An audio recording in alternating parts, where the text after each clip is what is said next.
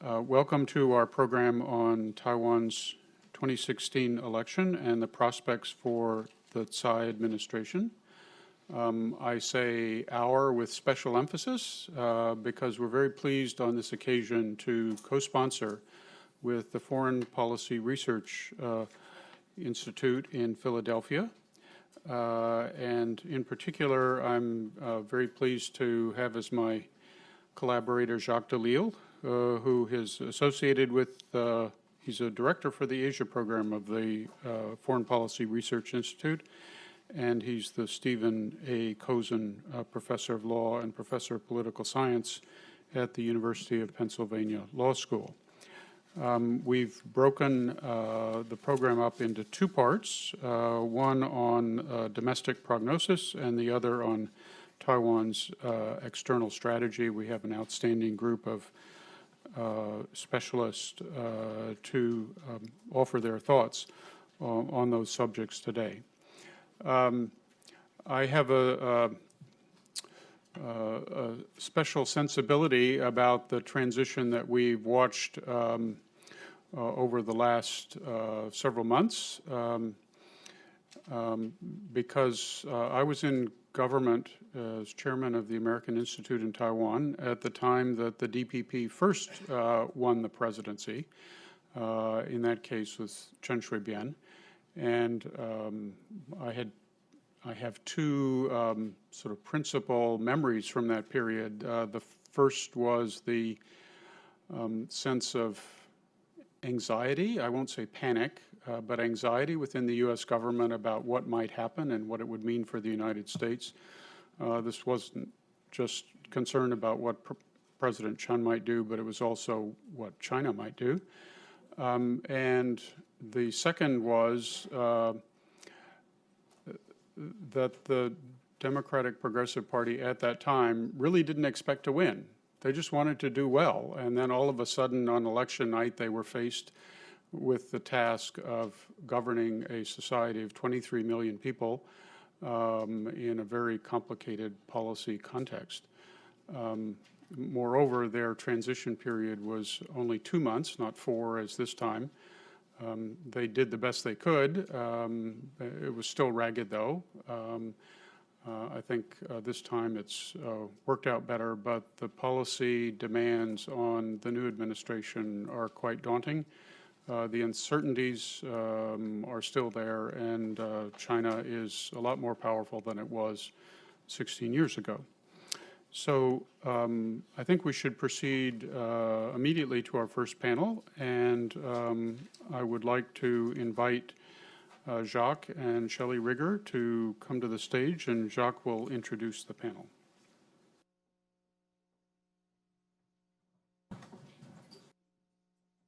Well, thank you all again for joining us. As Richard said, we're having our first panel focusing largely on domestic issues, and I don't think anyone on this panel, certainly my colleagues here, need any introduction. Shelley Rigger is the Shelley Rigger has been commenting on Taiwan domestic politics for many years from her perch at Davidson College. Is the author of many, many books and articles on that. Richard, I think, is known to everybody in this room and gave a bit of his own background and is, as everyone knows, one of the most prolific and insightful commentators on Taiwan and Taiwan's relations with its external world, including across the strait and the United States. I don't want to eat into time on this panel, so without further ado, I'll get this started and say that once they both speak, I'll offer a couple words of comments on the long transition issue, which Richard asked me to speak to. So without further ado, I think Richard's going first.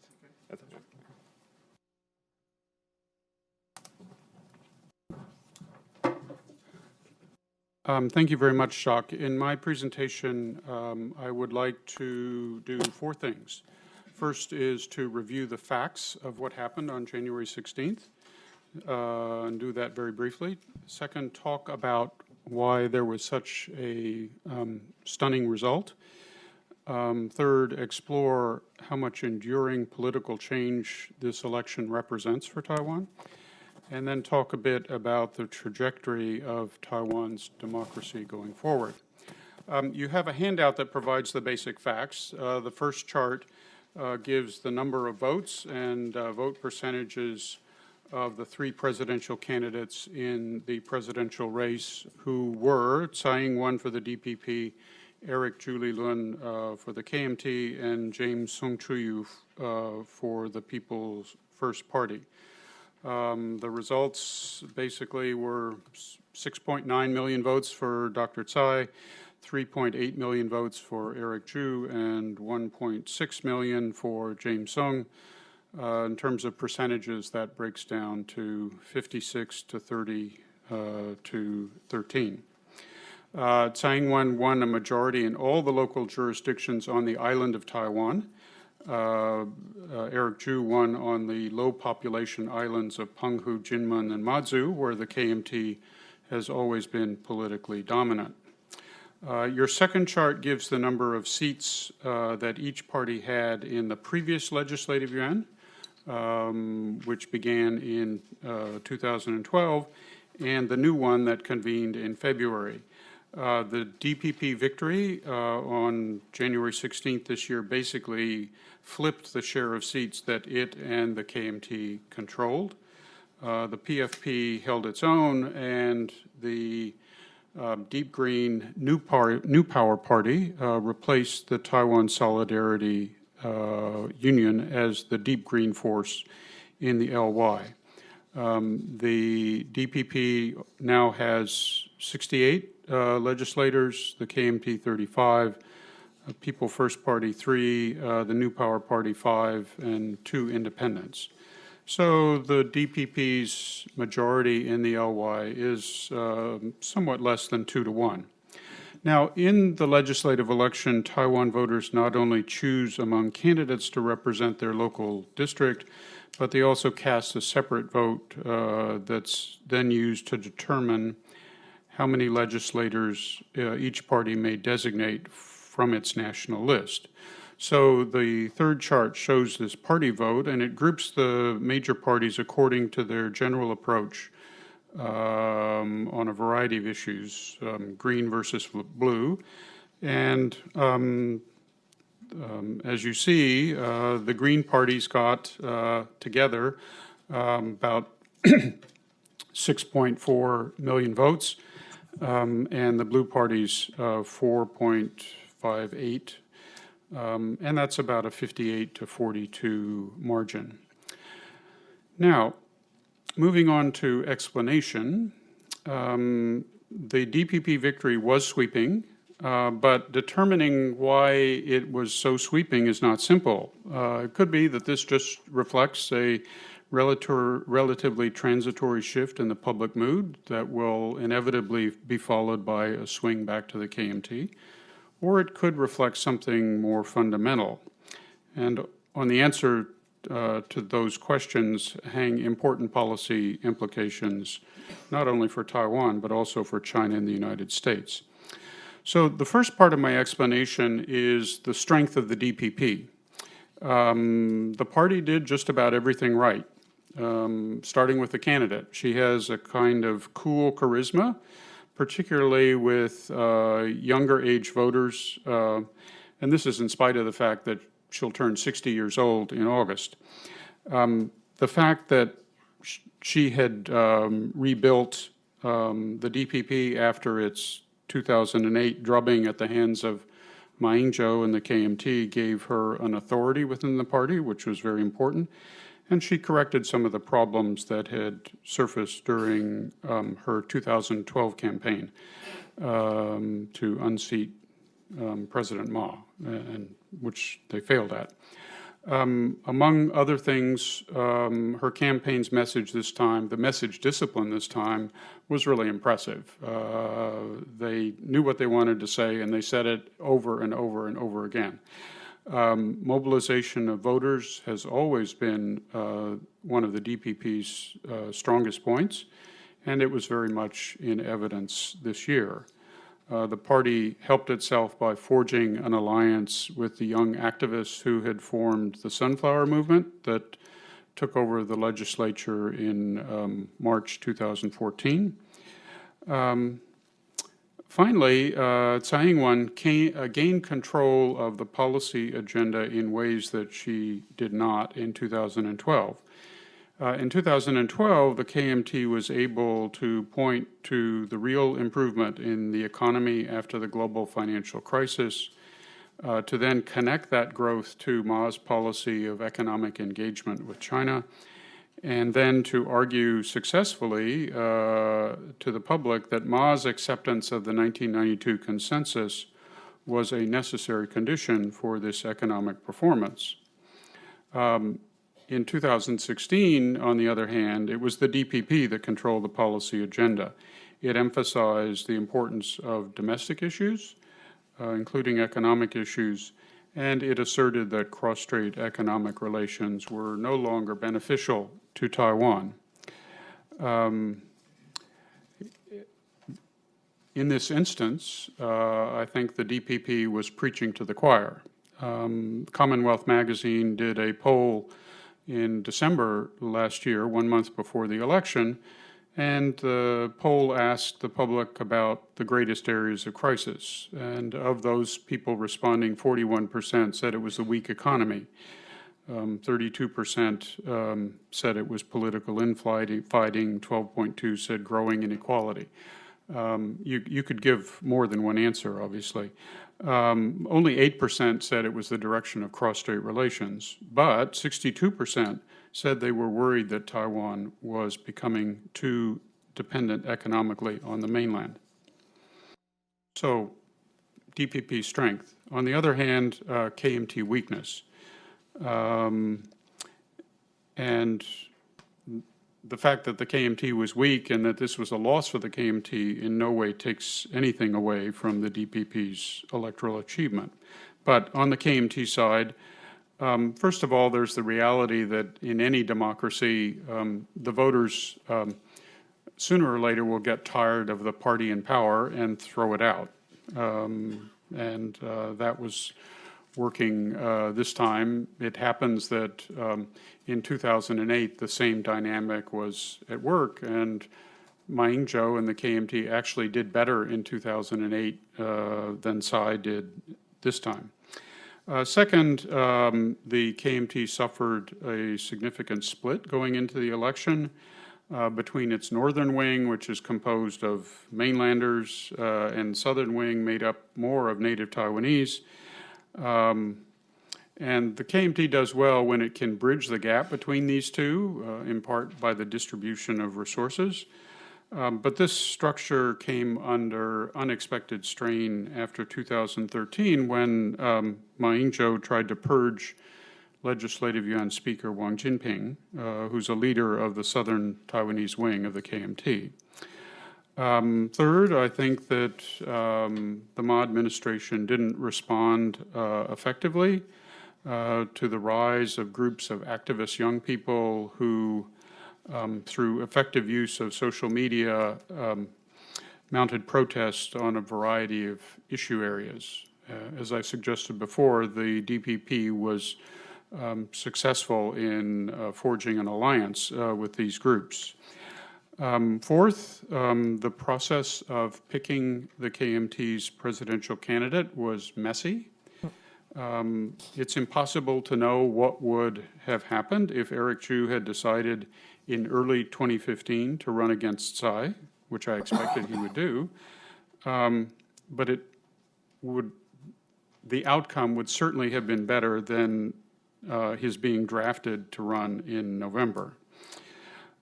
Fifth, the KMT lost control of the policy agenda, and I've mentioned its approach in 2012, but in 2016, the public was less receptive to those kinds of warnings about the need to continue to accept the 1992 consensus and so on.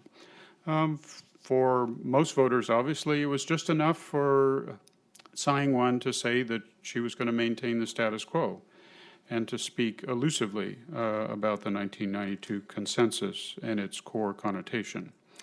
Now, these 5 factors put the KMT's party faithful, and I put that in quotes, in a very bad mood by Election Day 2016. That bad mood created my 6th factor, and that is low turnout. The previous two presidential elections, the overall turnout was around 75%. In 2016, it was 63.3%. But more telling was the absolute number of votes. If you go back to the first chart in the handout, it shows that this time, Eric Chu won only 6.81 million votes. In 2012, Ma Ying-jeou won 6.89 million votes. So Zhu got essentially 3 million votes less, 45% less than Ma did 4 years ago. Now, a good share of those votes, maybe 40%, probably went to the People First Party and James Soong. Some of the KMT's normal votes may have gone to Tsai, but probably 1 million KMT voters, I estimate, simply stayed at home on Election Day. My third explanation is the role of China. China didn't take a position on which candidate they wanted to win, but they might as well have. Everything they said suggested that they preferred the Kuomintang and Eric Chu. Beijing, if it was assuming that warnings and threats would work, it was badly mistaken. I think that China has operated with several assumptions about Taiwan politics that may no longer be true, or they at least weren't true in this election.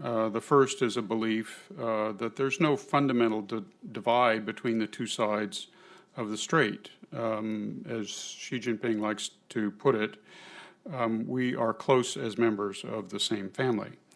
The second assumption was that Beijing can mitigate suspicion and hostility of Taiwan people towards China and ultimately achieve its goal of national unification by going through the transitional phase of peaceful development, deepening cross-strait cooperation in a variety of areas, and gradually resolving differences through dialogue and negotiation. Beijing's third assumption was that Taiwan society basically favored the improvement of cross-strait relations, and polls up until about February 2014 seemed to bear that out. The fourth assumption was that threats worked. And all of those things were called into question, at least. So we have a big change in Taiwan's configuration of power as a result of the election. The DPP controls both the executive and the legislature. Taiwan voters have, for the first time, picked a woman to be their president, which is a signal event in a society and political system that has traditionally been dominated by men. And Taiwan voters, the United States, China, will all look at the way the DPP uses its majority and its electoral mandate to address the policy issues before the island. And I'm not going to talk about that, but I do want to talk about one question, and that is whether this election spells DPP dominance beyond 4 or 8 years. And here I borrow a concept from American political science, the idea that in democratic systems there is sometimes what's called a political or realigning election. What this means simply is that a critical election is one that reflects not just short-term dissatisfaction with the incumbent leader and party, but also a fundamental and enduring shift in socioeconomic structure and, as a result, attitudes about major policy issues and which party is best equipped to lead the country. These shifts in attitude, in turn, bring about a significant change in party affiliation of voters and in which party dominates, in the case of America, dominates the federal government. So one example of a critical election in the United States is 1932, which led to decades of Democratic Party dominance, and 1968, which led to Republican dominance. Dominance is relative. Sometimes the dominant party will lose the White House or one House of Congress, but that's soon reversed. Now, frankly, we cannot know in this case whether 2016 was a critical election in Taiwan. You know, it may be that 4 or 8 years from now, the KMT will come back to power because voters are dissatisfied with the performance of the DPP. You know, scholars and practitioners will need some time before they decide if something fundamental has happened. But I also think it's too early to say that this was not a critical election.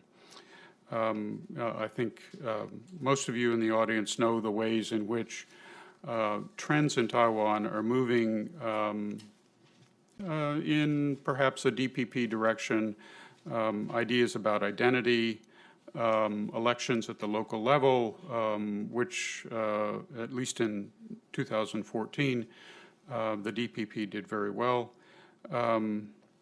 and also polling about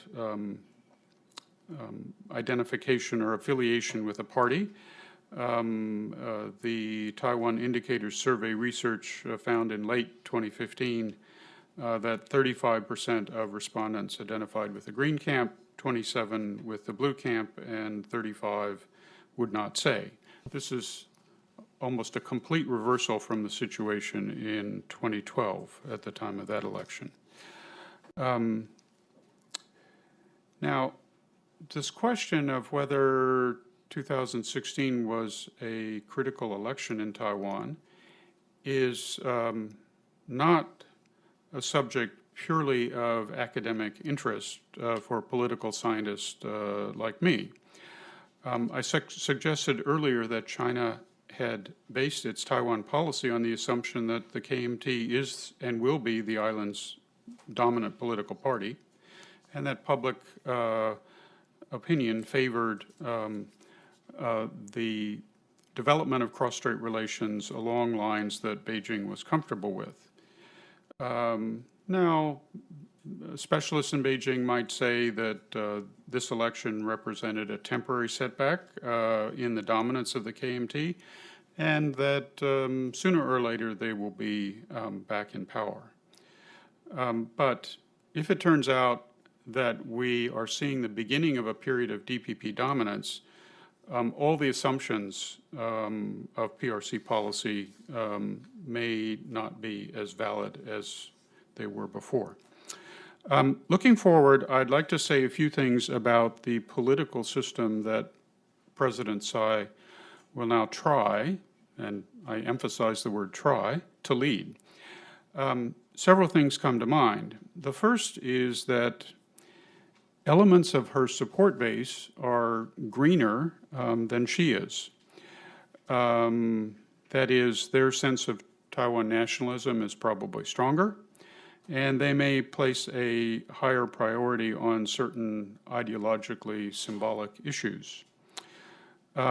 This is true not only of deep green elements within the DPP itself, but also new forces like the New Power Party, which today, I think it was, announced it was going to submit 3 constitutional amendments, the purpose of which was to make it clear that Taiwan was not a part of China, that the ROC Constitution was not a one-China Constitution.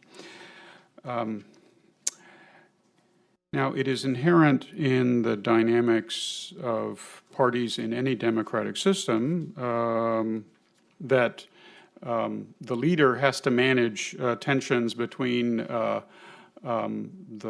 political aspirations of the base and the imperatives of policy. And I think so far, Tsai Ing-wen has shown that she's pretty skilled at doing this. I hope that policymakers in Beijing understand that this is a challenge that she will face. By the way, Beijing has a similar problem. It's not a democracy, but it does have populism.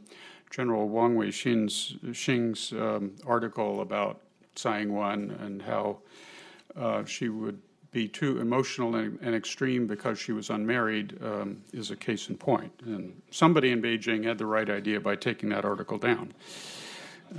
But its effect lingers. I think that President Tsai faces a more serious challenge, and that is that she's facing a daunting policy agenda.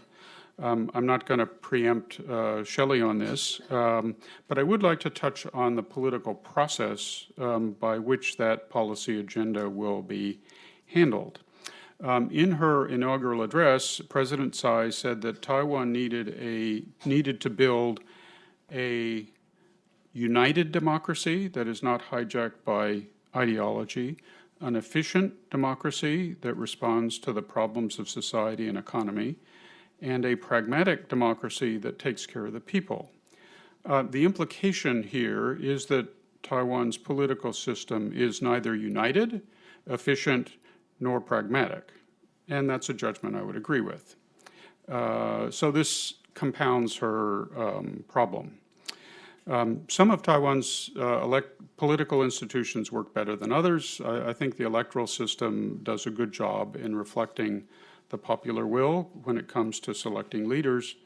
The legislature, on the other hand, is a weak reed when it comes to engineering reform. The committee system reduces any incentive that legislators might have to specialize on the content of policy. Indeed, they place a higher priority on media attention and securing benefits for their localities. That's what politicians do. We understand that, but we would also like them to address policy challenges. When opposition parties in the legislature, in the LY, have opposed legislation forwarded by the government, they've employed a variety of tactics to bring the legislative process to a halt. But the most serious flaw in the legislative yuan has been the consultation committee, where each party with 3 or more seats in the legislature is represented equally with any other party, and the speaker gets a vote as well. Now, this mechanism handicaps the majority party and protects the interests of minority parties. I understand that one of the reasons for this consultation committee was to encourage compromise in an institution that hasn't always had a culture of cooperation, but the result has not been satisfactory to my mind. Now, the 2016 election has created an opportunity to reform the legislature through changes in rules of procedure. The departure of former Speaker Wang Jinping, I think, removes a big obstacle to this. President Tsai has seen the value of legislative reform. She has put a close ally, Su Jia-chuan, in as the new speaker, and the fact that her party holds a majority would facilitate reform.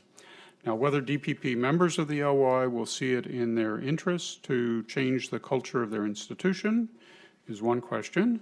I hope they do. Whether the KMT, which was the victim of obstructionist tactics when it was in power, will now succumb to the temptation to exert payback on the new majority is another. The initial signs on this latter point are not encouraging. Now, some might say that reforming the LY and making it more efficient, giving more power to the majority over the minority, would mean that there would be insufficient checks on DPP misbehavior. They would ram things through the LY, and there would be no way to stop it. This is not a trivial concern. It can be ameliorated in part by fostering greater transparency and an authentic culture of compromise. In a system where majority rule is emphasized, the minority can at least play a useful role by providing some measure of substantive skepticism regarding the policy proposals of the executive. I would also argue that the balance on majority rule versus minority rights should be a function of the tasks that a society faces and the costs of not facing them. And here, President Tsai's word pragmatic is very important. Arguably, Taiwan is a case where the number and complexity of the policy tasks that the political system should address mean that there is a reason to increase the ability of the chief executive and the majority party to carry out its agenda. The costs of not doing so are not small. And let's face it, there is the ultimate check on bad performance by the ruling party, and that is periodic elections. You can throw the bums out. So whatever decisions are made on the balance between majority rule and minority rights in the LY, and whatever checks are created to slow or rush to ill-considered policy actions, Taiwan's democracy is not going to function well without a robust party system. The imbalance that currently exists between the number of DPP and KMT legislators means that the latter are less able to serve as a constructive check on DPP dominance, particularly if 2016 was a critical election. Taiwan needs an opposition that is capable of doing more than seizing the speaker's rostrum in order to appear to be effective. Just as the DPP began a process of rebuilding after its defeat in 2008, so now the KMT must begin its own rebuilding to ensure that the citizens whose policy views it best reflects get the representation they deserve. Thank you very much. Okay, should I stand up? Either way. Okay. Thank you, Richard. And Shelley is up next to talk about other aspects of domestic politics, including party politics. Well, thank you very much. It's a great pleasure to be here, and I'm, as always, excited by the prospect of learning way more than I impart. But I'll do my best to say a little something about the domestic agenda and what we might expect from the Tsai administration in these early days. Sorry. But before I say that, I wanted to recommend to you an article that came to mind as I was listening to Richard, in particular on the topic of the PRC leadership's conviction or hope, expectation that the KMT would remain in power. And that expectation has driven a policy that a colleague in Shanghai, Lin Gang, who is known to many of you because he spent many years at the Woodrow Wilson Center for International Scholars running their China or their Asia programs, administering that program. Lin Gang has come out with an article in the current issue, so whatever this is, probably May or June 2016, of the Journal of Contemporary China, in which he discusses this policy and characterizes it as a policy of asymmetric engagement, where given the two major parties in Taiwan, the PRC government made a decision to engage with one but not the other. And this is, I think, a very serious problem for the PRC. I think it's maybe a somewhat serious problem for Taiwan, but it's a really serious problem for Beijing. And one that they are no doubt scrambling to figure out. But the article as a whole, this article by Lin Gang in the Journal of Contemporary China, is really excellent as a summary of PRC policy and PRC thinking at a pretty deep level exposing some of the dilemmas and contradictions facing the mainland as they're trying to craft a policy for Taiwan. So I would just recommend that to you. So another thought that I had as I was listening to Richard is that there is a lot to be worried about. There are lots of people who have made the point that Richard also has just made, that Tsai Ing-wen is facing a host of challenges. And I think it's reasonable to be somewhat skeptical about whether or not she can effectively address all of the many things that are on her to-do list.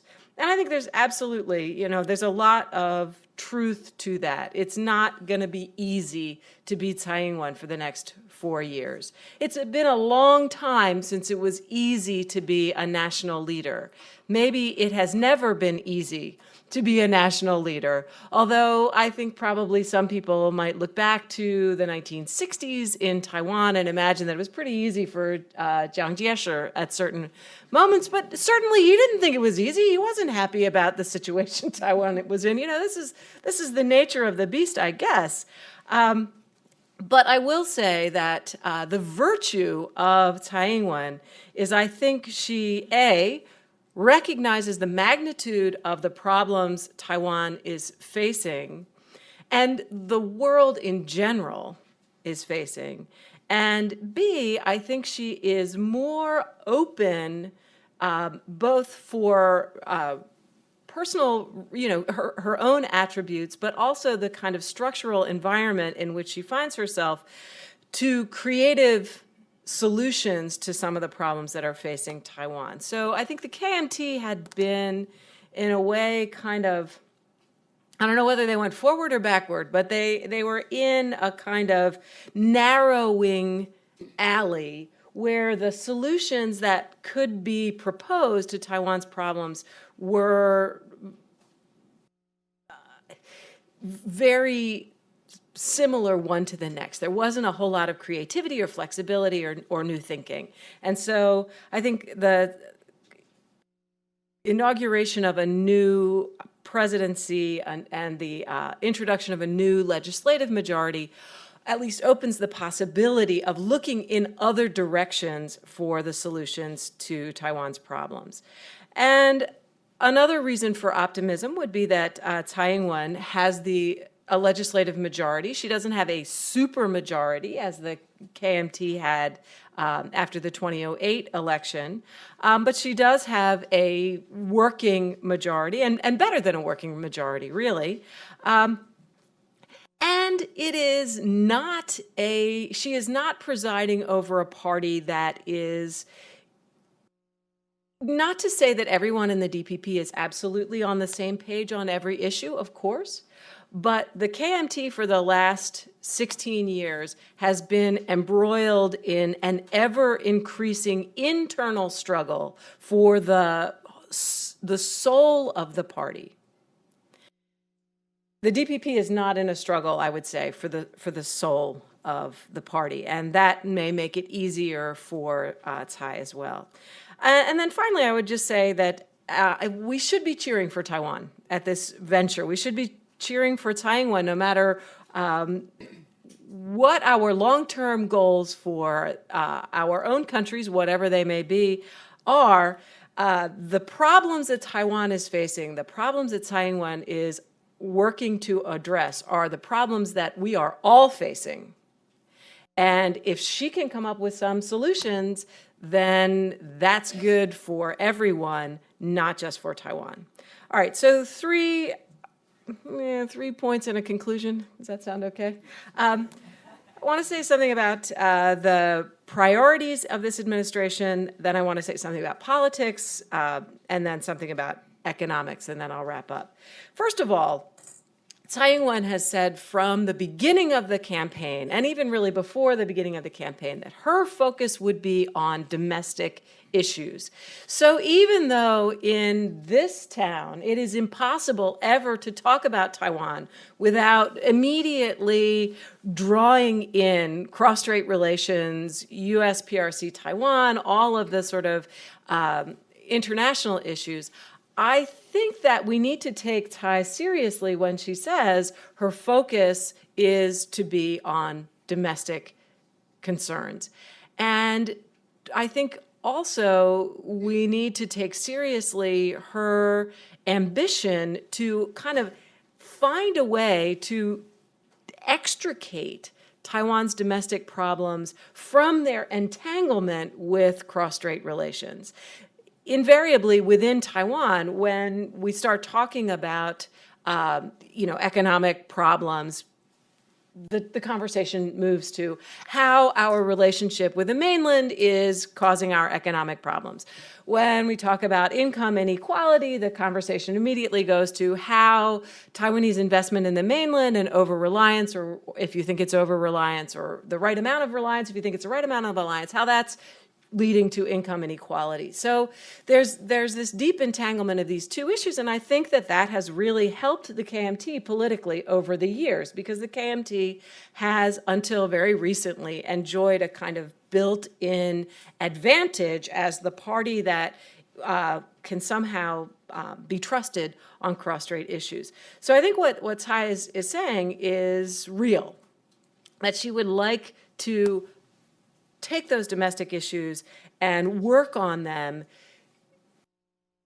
as much as possible independent of the cross-strait relationship.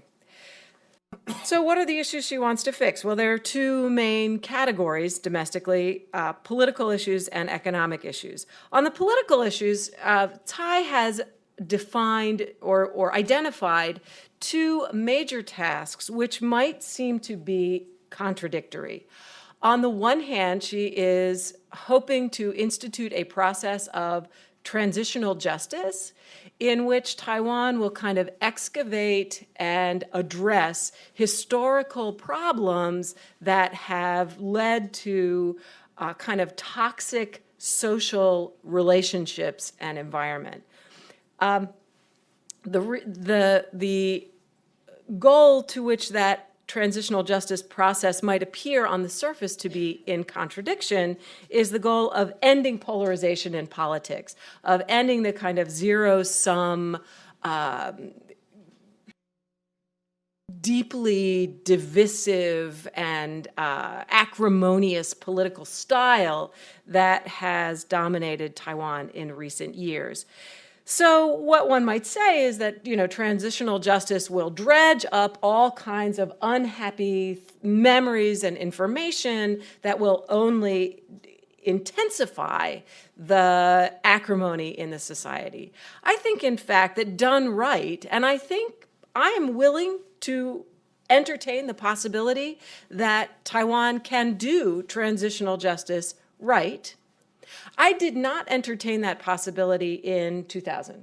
When Chen Shui-bian was talking about transitional justice, I thought, this sounds a lot like revenge.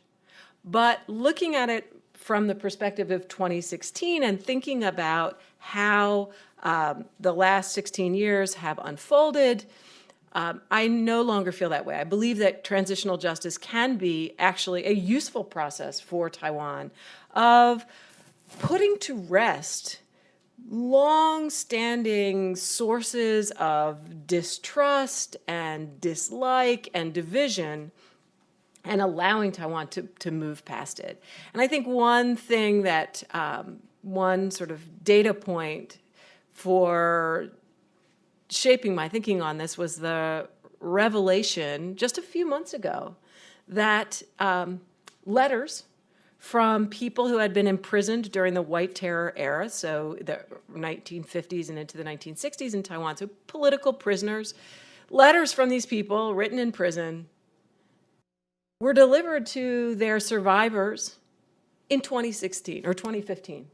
And I thought, all right, if we are still doing that, right, if there are still people in Taiwan who think it's necessary, who believe it's in their interest to withhold correspondence from long dead political prisoners to their survivors 1, 2, 3 generations hence, then Taiwan definitely needs a transitional justice process. They need to pull this stuff out by the root and move on.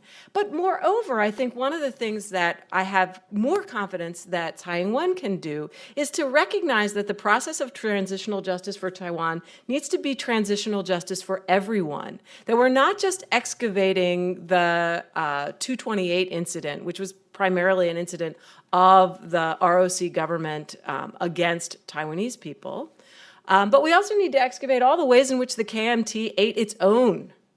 Right? There may well have been more political prisoners from the KMT, people rounded up because they were insufficiently anti-communist or had somehow fallen afoul of the Chiang Kai-shek leadership, than people from outside the KMT. So all of these things need to be brought forward, and everyone in Taiwan needs to know the island's complete history. So while on the one hand, a certain kind of transitional justice process could exacerbate acrimony and divisiveness and polarization, another kind of transitional justice process can actually alleviate those harms. So I think it's very interesting and important to notice how this process unfolds, assuming that it does unfold, and how maybe it can, in fact, be the basis for a more unified, pragmatic, et cetera, political environment. The other major political change that Tsai is attempting to implement is administrative efficiency and transparency. So the black box was kind of the symbol of the last 2 years of what's wrong with Taiwan's politics, the idea that no one knows how decisions are made. And I think it is very important to the DPP, incoming DPP government, not to fall prey to the temptation to hoard information and power in ways that leave the society increasingly uncertain, distrustful of the way decisions are getting made. And I think that the DPP leadership is likely to be much less isolated than the Ma leadership, the Ma inner circle was toward the end of Ma's presidency. So I see potential on that front as well. Also, as part of the improving the efficiency of the government, all of the issues related to the legislative yuan that Richard was talking about, I was going to say all of that stuff too, but now I'm not because Richard already did, and I think he's exactly right. I would say on the NPP, the New Power Party, they will try to exert some leverage over Tsai. I'm not so sure that they really can. I'm not so sure that the NPP is a very potent force in even the short run, much less the medium and long run in Taiwan. But I could be wrong about that. One thing I would say, looking around the room, it seems not inconceivable that there might be someone here who is either a graduate student or an undergraduate student or an analyst in a position to choose his or her own research topics with respect to Taiwan. And you could not pick a better topic right now than following with dogged determination how the legislative yuan procedures evolve. I guarantee you, somebody in this room will publish your work if you can write an article that shows us what's changing in the LY and how those changes are being implemented. This has always been a source, it's a black hole in the academic literature. There were a couple people who I thought were going to go in this direction, and then they took up other topics. Even in Chinese, this is a very thinly studied topic, the LY, and how it actually works. So get in there and do it, because that's really important. All right, economic issues. Very quickly, the economic issues that Tsai has really emphasized in her campaign and in her speeches, including her inaugural address, are really twofold. One is distributional issues. So you can talk about it in terms of social welfare, social housing, all that stuff. But what all that boils down to is problems of distribution, sustaining the middle class standard of living, the advanced, industrialized democracy, middle-class standard of living that Taiwanese have enjoyed, making sure that that is still available to everyone or nearly everyone in Taiwan. That is a huge challenge, and one that Tsai has put front and center. And then the other, and this is sort of, I think, how the concrete measure for achieving this kind of distributional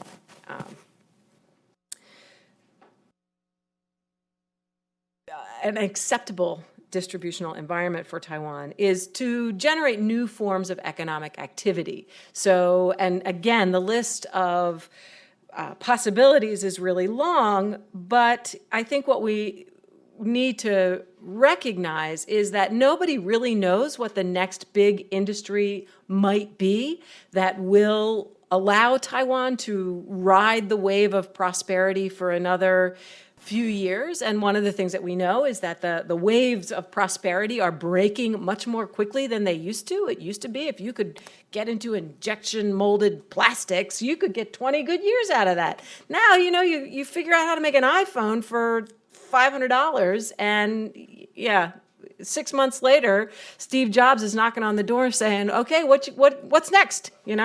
So these waves are moving very quickly, and Taiwan has a long history of catching them.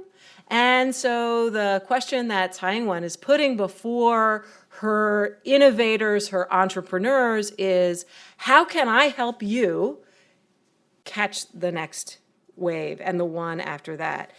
Taiwan's economy is not what it used to be. It is not the small and medium-sized enterprises, the nimble little family firms that can dart back and forth. Taiwan's economy is a 21st century economy. It's big companies, many of which started small, but they are big now. Its manufacturing is largely at its sort of traditional manufacturing is completely gone. To the extent to which manufacturing happens in Taiwan, it is highly specialized, so requires a certain kind of workforce, or it is automated. Taiwan companies, even in the mainland, where they have access to relatively inexpensive labor, are also going strongly into automation because there is no worker cheap enough anymore to compete with a machine. So what Tsai is faced with is this challenge of figuring out, A, how to provide for people in an era when, B, most forms of economic growth are relatively jobless, right? Jobless growth is what Taiwan has experienced to a really scary extent. And so how do you create jobs?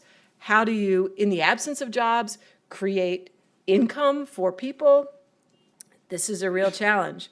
And if the DPP, if Tsai can't do it, and the KMT can come up with some better ideas, I think they will have a chance to come back in 4 years or 8.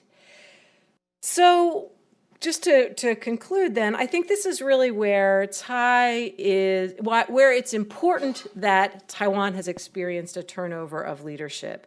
Tsai Ing-wen sees the same problems that other leaders, not just in Taiwan, but elsewhere, see. In fact, I would argue that Tsai Ing-wen sees the same problems in Taiwan that presidential candidates Bernie Sanders and Donald Trump have been pointing to in the United States.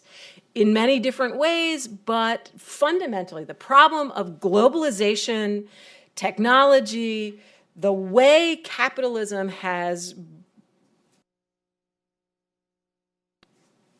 emerged in this century is challenging states everywhere. And the difference between Tsai, I think, and the KMT is that she can see those problems, she is calling attention to those problems, and whether or not she can solve those problems is another question, but they cannot be solved as long as the they're not recognized. And as long as the only solution is just kind of let's do more of the same that we have been doing and hope that we get a different result. So that's.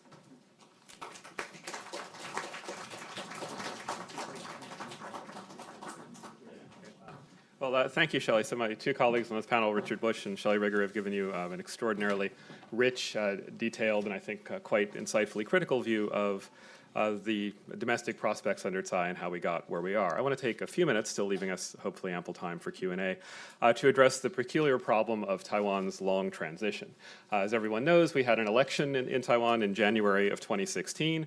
The Legislative Yuan, the new legislature, took office almost immediately thereafter, but it took until May 20th, of course, for President Tsai to take office. Now, the U.S. used to have an equally long transition, but that was a while ago. It was at a time when politics arguably moved a bit slower, and in a country that had more room for error and sluggishness maybe than Taiwan does, given its circumstances. The gap was ironically the product of, I think, some functionality-oriented constitutional reforms in the last round. The idea was to get the legislature and the presidential terms in sync, which was thought to be a good step for government efficiency. They'd be in the same year, and we would all be spared the election-a-year process in Taiwan, which was exhausting voters and led to a constant referendum, as it were, that left each party constantly judged in a way that was seen as not terribly functional. But one of the products was, of course, to create this 4-month gap. And the problem, in theory, is compounded in Taiwan by the problem of its ambiguously half-presidential, half-parliamentary system. The head of the executive yuan, the premier, is technically in a relatively parliamentary structure accountable to the legislative yuan, but is in practice, of course, selected by the president and is very much the president's agent. If you wanted proof of that, just think back to Lian Zhan when he managed to be vice president and premier at the same time, something Taiwan's constitutional court sort of held its nose at but said, you know, we can't really stop it, but it's a bad idea. In practice, the issue is somewhat different. It's the problem with this last transition of, for the first time, having an incoming DPP government in both branches and a lingering KMT president, which created a lot of anxiety. And so if you think back to the period from either the election or just before the election, when it was clear that Tsai and the DPP were likely to win, at that moment, there were really some quite dark worries. You could hear people, particularly within the DPP camp, worrying about what Ma might do as a lame duck to try to lock in Tsai, to severely constrain what she might do, particularly in external relations. And so you saw concern about Ma's visit to Taiping Island, about what might happen on the South China Sea issue, on the very late in the transition period, the Okinotori fishing business and things like that. On the other hand, there was the opposite concern, which is that Ma would go passive, that he would abdicate and everything would kind of drift, and then what do we do? There was also the set of suspicions raised by Ma's offering to allow Tsai to, in effect, appoint a premier for the lame duck period, saying, you guys won the legislature, why don't you pick your premier, have at it, and the DPP rebuffed that, I think in some quarters fearing that it was a trap, and at the very least that it was a problem of responsibility without power, right? You would have to power share with the president, and it was potentially a lose situation, even though, again, there was a plausible argument for it given the half-parliamentary structure. But it did raise the specter of if Tsai and the DPP had accepted that, then they would have been vulnerable to even louder versions of some of the charges that did emerge during the transition of a not yet in power president overreaching. So we even heard criticism of Tsai's role in Su being chosen as the legislative yuan head, that was something that made sense perhaps in her role as party chairman, but it was vulnerable to criticism as an incoming president mucking around in legislative politics. On the other hand, there were also concerns from the more deep green wing that Tsai wasn't doing enough, that she was letting the lame duck government operate more than it should. So basically it's a no-win situation. You're going to get criticized, as both Ma and Tsai were, from both sides. And there was an attempt to address some of this by a frantic effort at legislating a transition law in the LY, which really didn't mean much and couldn't mean much because mere legislation can't affect the constitutional structure. Now, that argument more or less carried the day, I think, was salutary. It suggested a constitutional democratic structure and culture that has taken root in Taiwan enough that people know that there's not much you can do about the fundamental structures in the allocation of power. But whatever you think of all that, it turned out to be not so bad. Yes, there was a fair amount of paralysis. Not a whole lot happened during the transition. But that's, in a way, a not bad sign. There was friction over some of the issues I just mentioned. But in the end, it all went relatively smoothly, and certainly not a great downturn in the effective governance of Taiwan. Now, why was that? Several reasons for it being okay. One is that 4 months isn't all that long, of course. Another is that the premier who was chosen turned out to be basically a pretty well-liked good guy who didn't really push much of an agenda and had a lot of respect across the spectrum. Zhang Shanzheng, I think, got through this quite well. Another measure, of course, is the very low baseline. To say the LY did not become more dysfunctional is not exactly high praise. I mean, not much happened before because of the points that Richard has made and others, and Shelley as well. So there wasn't a whole lot of room to head down, but it could have been worse. It could have been much more confrontational than it was. And here I think both sides pulled in their horns a bit. I mean, you saw in the discussion of the still unpassed cross-strait agreement supervision bill, not really pushing the most offensive language. You saw a variety of attempts to, I think, kind of muddle through, as it were. So some of it is that. But I think there's actually, to be a little less flip about it, I think there are some things that are quite heartening that explain some of the relative quiescence, relative functionality, or at least non-dysfunctionality of the transition period. And you can think of this as partly political luck. It helped a lot that this was a clear election. This wasn't 2000 with a minority president. It wasn't 2004 with a question about who really won the election. It was a pretty clear mandate, and it was a mandate which throughout the party that had been able to claim the mandate 8 years earlier, with the then opposition DPP accepting the results. So you now have this cycle of accepting the results, and so there was a democratic legitimacy to the incoming regime that I think constrained anything anyone might have wanted to do. And the KMT was willing to leave. I think Ma was basically done and accepted that and was heading out the door. And so one of the real heartening moments about being in Taiwan on May 20th, after you get through all the pageantry and all the dance and all the inflatable Aboriginal balloons and that, is when the outgoing president and the incoming president appear on stage together. I mean, it was this extraordinary, almost wonderfully banal moment, and I think that captured a lot of the underlying politics. So that was part of it. Some of it was political calculation. The KMT, pretty badly beaten up, didn't have much to gain by seeming to cling to power and wield that more than seemed appropriate. The DPP wasn't all that eager to step in before it really had all the levers of power in its hands, and so on. And I think, more generally, again, it's a political culture of democracy and constitutionalism in Taiwan that is really quite heartening.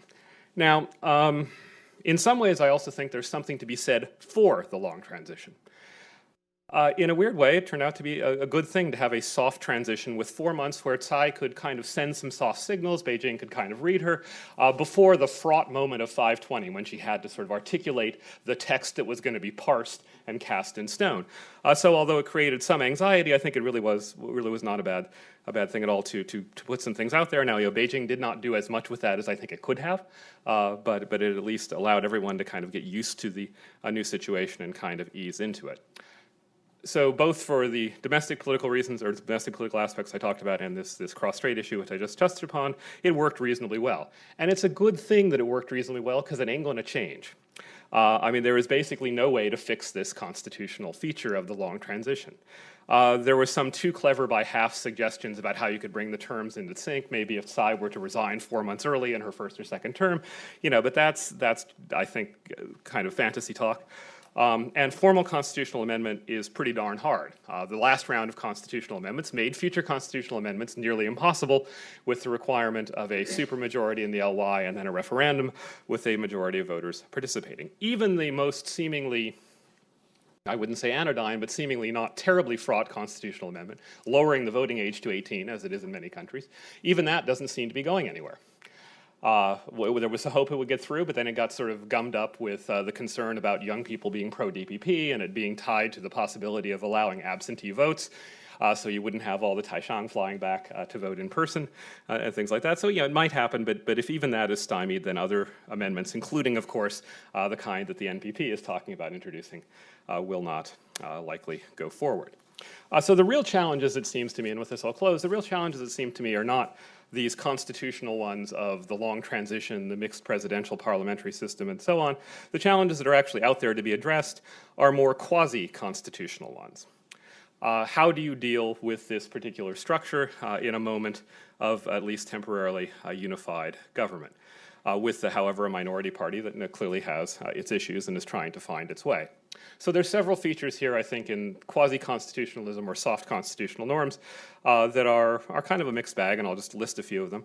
One is that we do see a kind of nonpartisan cabinet almost, right? There are some clear partisans, some people who are very close to Tsai in some key positions, but a lot of non-party affiliated people, a lot of old Taiwanese. We call them old white guys here. The sort of elderly, mostly male group, many of whom have a lot of experience throughout the government, so not a clearly partisan group. We see Su Jiachuan in the LY as somebody who's pushed for openness and accountability and seems to be charting a relatively moderate course. And the question is LY reform. Will we see the kinds of changes that Richard and Shelley were talking about, particularly on the ability of a very small group of legislators in the caucus system to block legislation?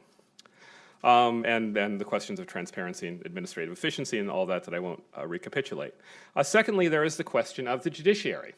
Well, one of the other striking things about Tsai's inaugural address was the biggest applause line was fixing the judiciary.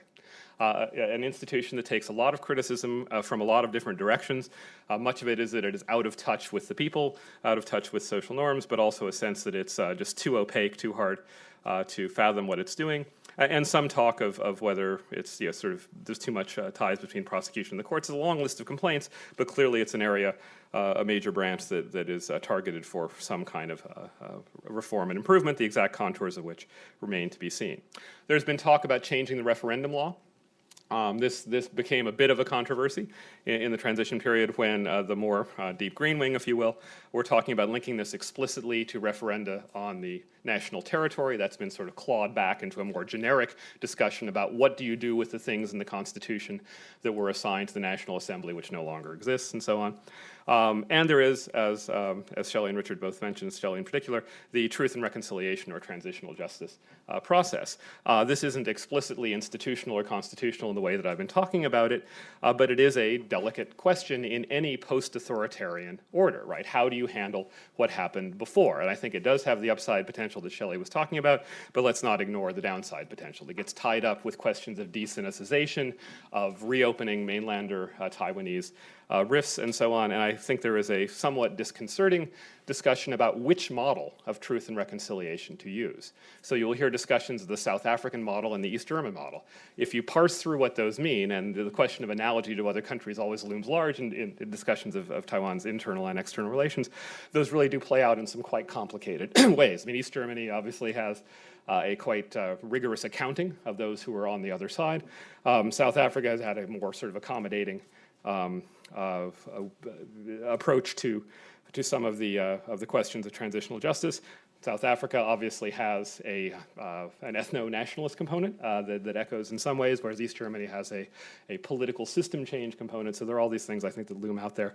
Those are probably a little esoteric, but the devil will be on the details. What happens after you do the investigation of the facts? What are the consequences? And I think those issues are still to be settled, and how those work out will give us the answer to Shelley's closing question on this issue about whether they will get this right or get this wrong. So with that, I want to stop and leave us time for questions. We got started a little bit late, so we'll take 15 minutes for questions before breaking for coffee. So have at us.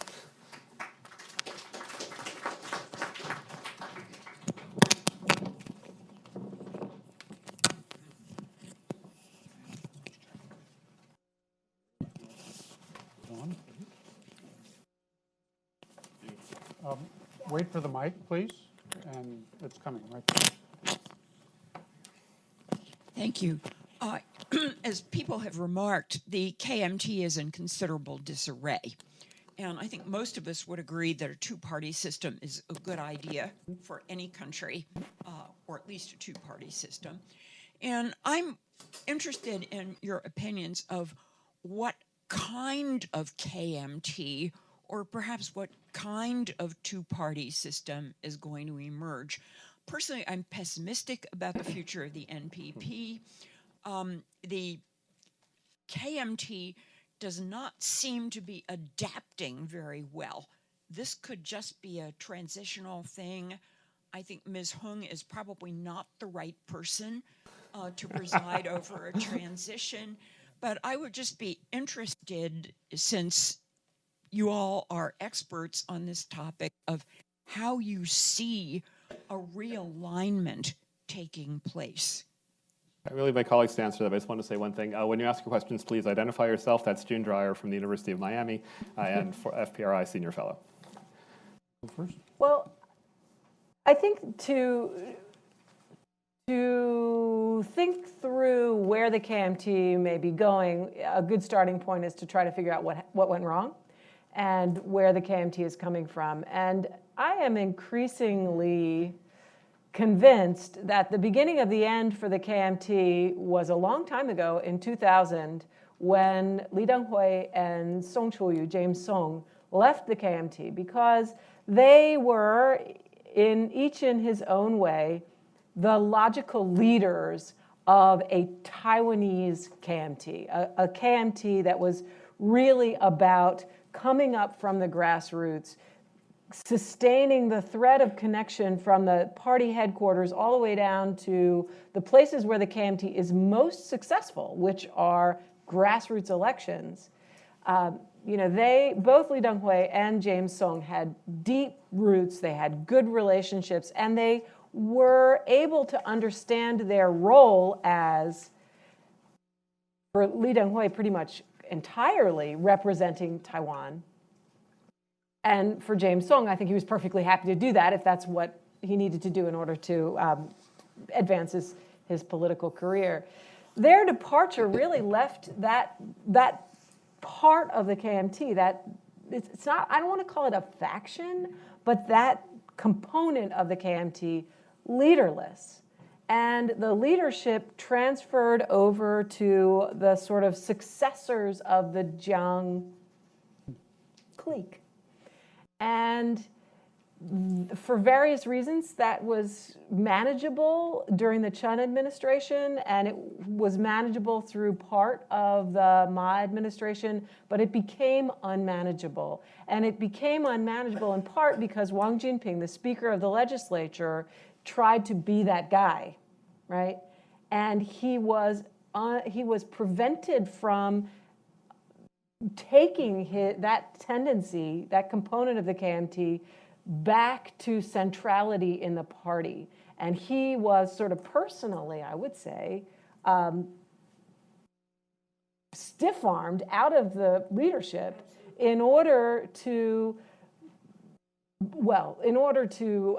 prevent the leadership from falling into his hands. But the result of that was that his whole group was unable to feel itself fully acknowledged, recognized, respected, appreciated, and empowered within the KMT. So I think those guys are still out there. I mean, if you look at the sort of list of political figures in Taiwan, there are plenty of KMT people in local governments, in county governments, even in the legislature, there's still a lot. But what they need is to reorganize the KMT or some other political party, but the KMT has a very good brand. It's not totally an excellent brand, but it's better than no brand. It's hard to create one from scratch, and still has a lot of money. There are resources, there are reasons why the KMT might renovate itself from within. And so the selection of Hong Xiu-ju, the failed first presidential candidate of the KMT, as party chair, seems to me to be just the dying gasp of that same competition. If I could just say, it can sometimes take a long time for a political party to figure out what went wrong and fix the problem. I worked in the Congress in the 80s and early 90s, and watching the Democratic Party figure out why it kept getting beat by Republican presidential candidates was painful. And finally, they figured it out, and we had Bill Clinton. But it takes getting beat up for a while before you can get things right. Yeah, I think it's a bit like Alcoholics Anonymous, right? You have to wake up in the gutter before you turn around. But as has been implicit, and I think even explicit in some of what's been said here, everybody declared the DPP dead in 2008, and things looked pretty darn bad. And yet 8 years later, and I declared the KMT dead in 2001. So and they've all In both occasions, I reminded people that each party has sources of resilience. And it's proved right twice. Zombies, well, the zombie party. Well, the other thing I say is that just back to the point on sort of constitutional and political culture in Taiwan, when it looked like the KMT was permanently riding high in 2008 and thereafter, there was a lot of discussion about the aversion to a one-party dominant system. You know, there is this sense that it would be a bad thing in Taiwan if any party were to become permanently dominant, and I think that doesn't translate neatly into going and voting for the other guy, but it at least, I think, puts some friction on the idea of a permanent majority party or dominant, super majority party. Norman had a question. So Norman? Norman Fu with the China Times of Taipei. So far, there's been no discussion whatsoever on the cross-strait relationship. That's the next panel. All right, but can I ask the question now? Sure. All right. We may save it. There's a story to the fact that Jim Song apparently has been offered a job of being the chairman of the Cross-Strait Foundation, so-called Hai Ji Hui. The story also said he recently came to the States to visit his children and grandchildren. I wouldn't be surprised if this is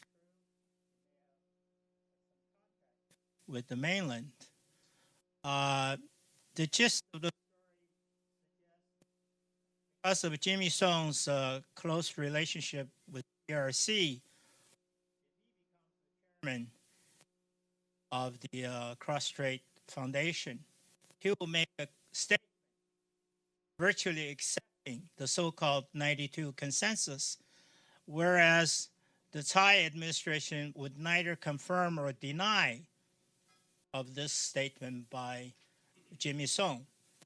So the trick is to resolve the deadlock, the so-called 92 consensus between the mainland and China. I wonder if you have any comments of whether you think this is likely to happen.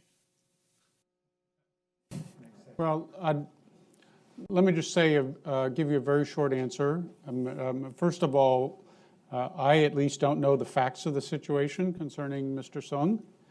And so it's really hard for me to speculate based on things that I don't know or I'm not sure of. And I'm not sure that making him the head of the Hai Ji Wei is, it might contribute to bridging the gap. But I think that ultimately, if the gap's going to be bridged, it has to be through interaction of the leaders of both sides. Vincent? Hi, Vincent Wang, University of Richmond. I want to pursue a question on domestic priorities. In addition to the transitional justice issue, Tsai, in her inaugural speech, also mentioned two priorities. One is pension reform, which was actually continued from the previous administration. The other is judicial reform. But she said as much as about convening a national affairs commission as a way of approaching these two thorny issues. National Affairs Commission is a form of elite settlement in political science jargon. So this make me wonder about Shelley's earlier comment about whether the truth and reconciliation, the transitional justice issue should be pursued in a healthy manner or in a more divisive manner. It seems to me that if Tsai wants to succeed on those two national affairs committee, it has to be pursued in a very reconciliatory manner. I wonder if these three are linked, and anyone could comment on that would be great.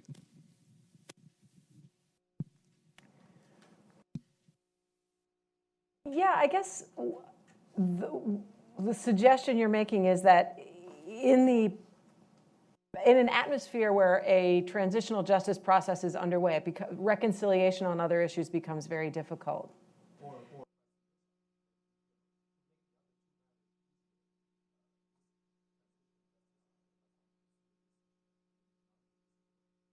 Right. And I guess that's what I mean when I said that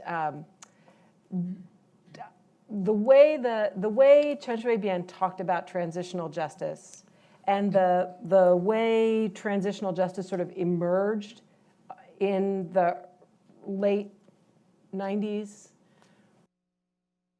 seemed to me to raise the real danger of that becoming a process that only worsened social divisions. Whereas the sort of personality of the DPP today is, I think, certainly there are people who would relish the opportunity for a more divisive process, but I think the leadership is wise enough to recognize that this is not simply a kind of bone that you throw to angry, deep green people, but rather part of a much more meaningful and kind of foundational approach to governing that enables a lot of other things to happen. So while the process could be hijacked, by people seeking revenge, I don't see that as the driver in the way that it seemed like it might become the driver 20 years ago. I would only say that there are different ways that you can do transitional justice, to follow up on Jacques' point. And I'd refer you to a very good lecture that Columbia University's Carol Gluck gave. It was the annual Nancy Bernkoff-Tucker lecture at the Wilson Center. It's online. It goes into the various layers and avenues for doing transitional justice. And it's possible that you could get consensus on doing A, B, and C, and agreement that we're not going to do D, E, and F for the sake of social stability and policy progress. Yeah, and I would just echo some of Shelley's comments earlier on this, that clearly this is an issue that needs to be dealt with because it is still so fraught. I mean, you mentioned the letters, and and there was obviously a lot of discussion about the pageantry preceding the inaugural address, right? How you portray Taiwan's history, and so anytime you get near this, it's a bit of a third rail, so that creates a pressure to do it. I think the other thing is that reflects this is just how skittish people are. I mean, you talk to anyone who's getting near this discussion, and every model pushes buttons, the fears of revenge, and so on. So I think it's important but very delicate. Despite my guarded pessimism or limited optimism about it, I would point to a couple of optimistic things. One is that people are talking across the aisle about how to handle this, and that in her inaugural speech, Tsai not only talked generally about truth and reconciliation, but quickly layered on the treatment of Aboriginals, which is makes it not just a KMT Taiwanese distinction. And of course, given the way the Aboriginals typically have voted, it's an interesting interesting gloss on that. I think we've run up against our time. Do we have time for one more, Richard, or should we? Yeah, sure. Let's go for one more. Okay, Mike.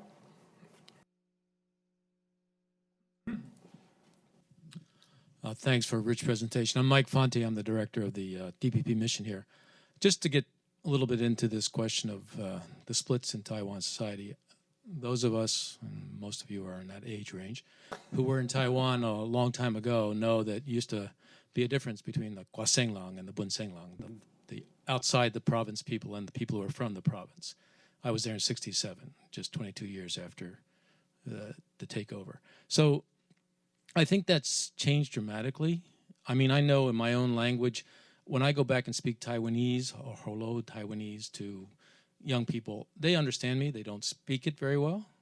And I think that split has changed dramatically for the younger generations, not for the older generations, because they remember those days. So I think that's an important element. And that's where I think Wang Jinping can be an interesting, or that group within the KMT, that the old group that still maintains the structural control of the Central Standing Committee and therefore get a Hong Shou-ju as a chairperson, that's they've been narrowed down. At least that's my sense, and I wonder if that's your own experience.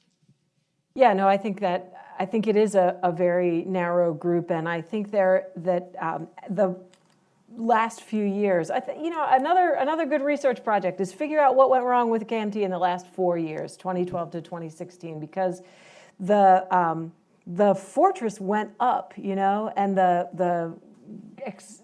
the inward-looking nature really intensified, and it seems to me that made it just impossible for the KMT to be successful in 2016. That the inner circle around the presidential office had so tightened and locked out nearly everyone, and it was sort of personalized in this conflict between Ma and Wang. But I think it was much bigger than that, and I think that surely a lot of KMT legislators were thinking, what's going on here? What happened to our party? But on your observation about the sort of the sub-ethnic or the ethnic cleavage being a driver in Taiwan politics, I think it is definitely very much so. There's tons of data to show that young people do not care about this issue, and that even their parents don't care about this issue.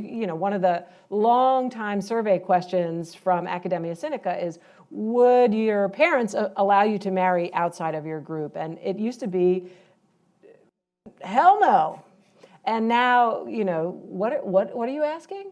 And a big part of the reason for this actually is that many young people don't have a clear understanding of what this category, shengji, provincial origin, actually is, because since 1991, I think it's 1991, it hasn't been an official datum that is collected. So until 1991, it was on your ID card what your provincial origin was. And it was Li Denghui who said, let's not do this.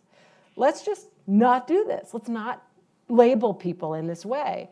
So now people choose their own labels because the state has stopped labeling them. And when you let people choose their own labels, then they say all kinds of crazy things.